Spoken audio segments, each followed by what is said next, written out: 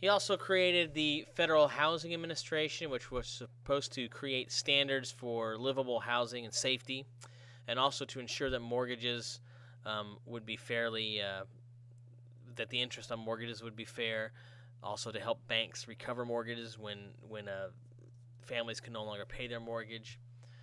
FDR, this is a whole alphabet soup of all these agencies he created. He created the Agricultural Justice Administration. That helped keep farm prices fair so farmers did not lose their farms.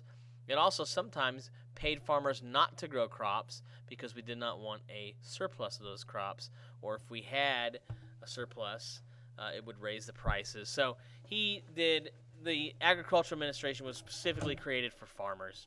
Here you can see someone out in one of the agricultural offices with a AAA farm program poster behind him. Need to pause it. I'm moving right along here.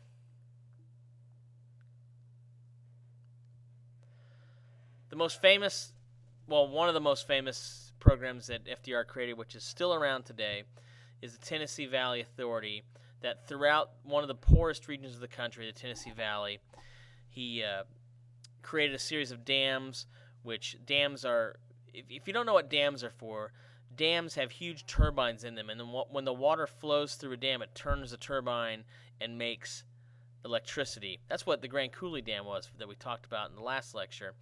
And so these dams they control floods, they create energy, and they also create lakes, which are recreational opportunities to go hang out and stuff.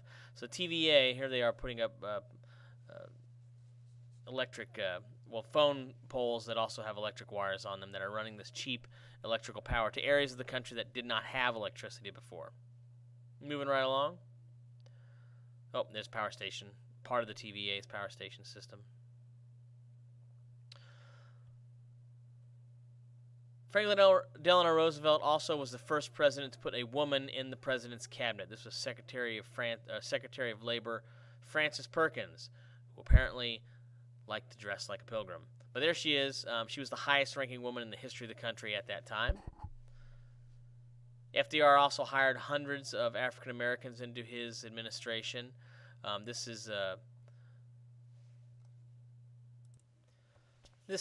Mary McLeod Bethune, who was one of the early civil rights leaders, and she was actually an informal advisor, especially to Mrs. Roosevelt, the First Lady, but also to Franklin Roosevelt himself. Since FDR was disabled, he sent Eleanor Roosevelt out to travel around the country and report back to FDR. And here you see her in the middle here, surrounded by school children. And school children from all over the country used to write her thousands of letters a week about what was going on with their family and stuff. She was a very likable character. Oops. Gonna switch to the next slide. But there were problems with the New Deal. A lot of people were worried that the government was becoming too powerful. All these new programs gave the government new powers, and many people in this country thought the government was overreaching in what it should and be able to do. So they thought it was becoming too powerful. You can see here Roosevelt didn't really care what other people thought.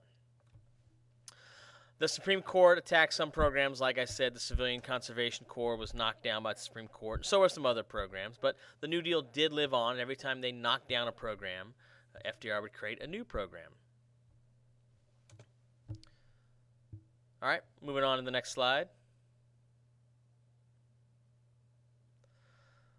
The second New Deal was there were a series of New Deals. The second one created some more programs. One was called the Works Progress Administration, and this was not only to get workers back to work, but to get writers and other artists back to work, because their job was to create art. No one was buying art.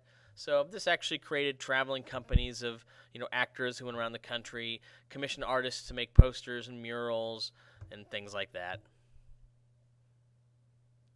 And the REA, the Rural Electrification Administration, it loaned money to states and local governments to build power plants, to create power lines, and to do wiring, to do safer wiring in homes. So these were all programs created to put people back to work again, to put money in their pockets. All right, end of the next lecture, and a little bit to do for the third.